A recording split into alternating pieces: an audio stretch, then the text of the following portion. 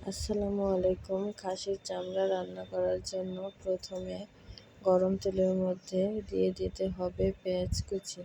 এরপর একটু নাড়াচাড়া করতে হবে। তারপর দিয়ে দিতে হবে আদা রসুন বাটা।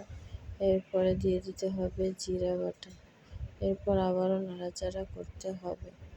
এরপরে দিয়ে দিতে হবে পরিমাণ মতো লবণ।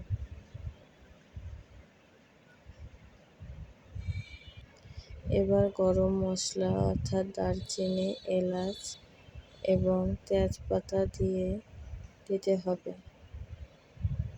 এরপরে দিতে হবে পরিমাণ মতো হলুদ গুঁড়ো এবং পরিমাণ মতো মরিচের গুঁড়া।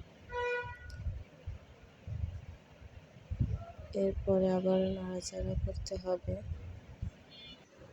এবার ধুয়ে রাখা খাসির চামড়া দিতে হবে এবং নাড়াচাড়া করতে হবে। যখন এভাবে হয়ে আসবে তখন পরিমাণ মতো পানি দিতে হবে সেদ্ধ হওয়ার জন্য। এবার পানিটা শুকিয়ে যাওয়া পর্যন্ত অপেক্ষা করতে হবে। তৈরি হয়ে গেল খাসির চামড়া ভুনা।